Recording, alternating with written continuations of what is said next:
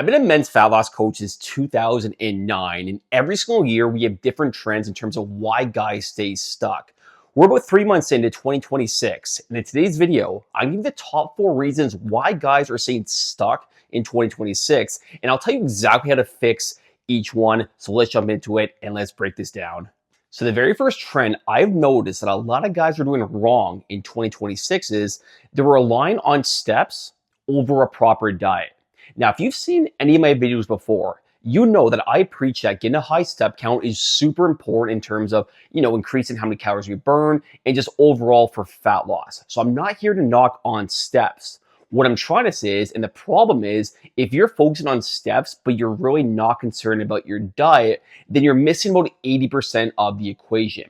Because I'm sure you guys have heard this saying before, you can never out-train a bad diet. And this is particularly true. Like, this is great. If you're getting 10, 12, 15,000 steps per day, keep it up for sure. But if you weren't dialed into your diet, none of those steps are going to matter. Because I do see this a lot. Guys are going to tell me, or when I'm going to do my check-ins, like I had 15,000 steps per day, so I had X more calories to make up for it. Now, in a perfect world, that's fine. But a lot of the time, we underestimate how many calories we actually take in. And we'll talk about that later in the video, so stay tuned for that. But the very first problem, guys, relying more on steps opposed to diet.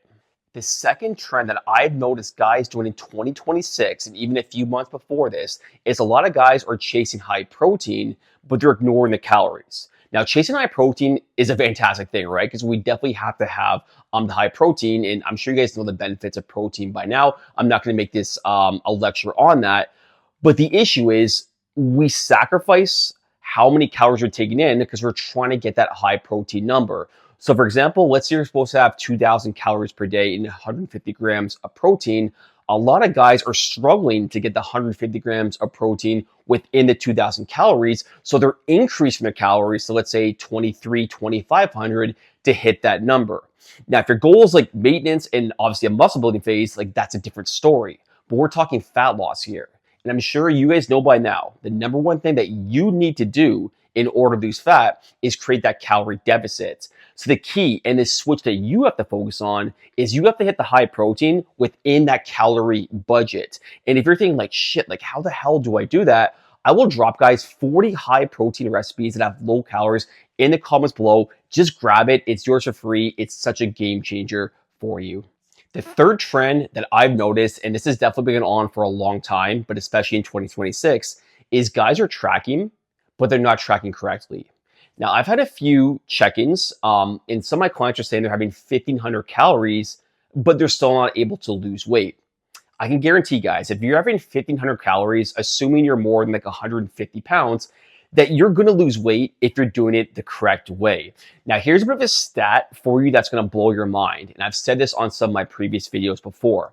There's a stat that guys, on average, underestimate their calories by 20 to 50%. So if you think you're having that 1,500 calories per day, you're probably having between 2,000 to 3,000. So you might be thinking like, nah, that's not me. I track correctly. Maybe so, but there's a few things you guys definitely want to make sure you're looking out for, I should say. Definitely your oil, like your cooking oils, your salad, not your salads, your sauces. Salads are good. Your sauces, like that's a big one as well. And even just kind of like those nibs here and there, right? So let's say you're having like a handful here, handful there. Those things all add up. And even guys, think of all the sugars and creams and coffees. Those things all add up like crazy. It might not seem like a lot, but if you're having like 80 calories here, 100 calories there, next thing you know, you're 400 or 500 calories more than you originally expected.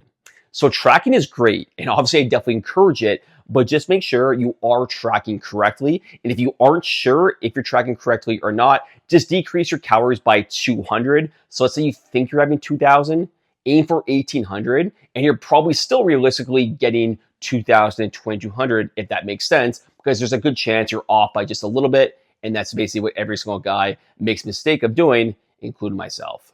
All right, this is probably the biggest trend I've noticed in 2026 so far with guys. And again, this is going on before 2026 for sure, but I've definitely seen this rise with my check-ins with my clients. And the fourth thing that guys really kind of mess up in 2026 is underestimating their weekends. Now, I've talked about this many times before that if you want to have a higher calorie day or two on the weekend, it's 100% fine as long as you lower your calories throughout the week to compensate for the higher number, right? It's like having the budget. If you have $700 to spend during a week, you can spend $100 every single day, or you can have a couple higher purchase days, but the other days you got to lower to make sure you don't go over that 700 calorie budget. It's the same thing when it comes to calories. So that's a great strategy if done right. And this is exactly what I do for myself because I like my pizza and my whiskey on my weekends. But here's the issue. Most guys just underestimate their weekends by a lot. And it kind of ties into the point I was saying before. But if we're dialed in like Monday through Friday and then Saturday night comes and we're not really tracking, because let's be honest, if we're out at a social event or at a restaurant, it makes it a little bit harder to track. But if we're not really mindful of those calories, we can just skyrocket on 1 or 2 days, and all the progress you had Monday through Friday goes completely out the window. Now, here's a rule I love to do that doesn't really involve tracking for this social event on this Saturday, for example. So let's say you're having like 2,000 calories a day.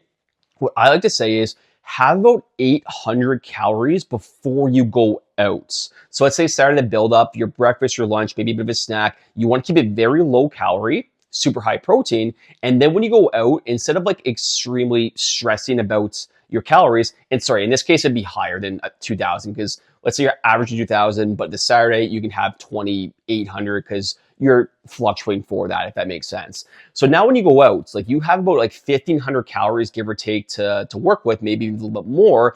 And you don't have to be like super obsessed about like tracking as long as you're not completely eating like an arsehole.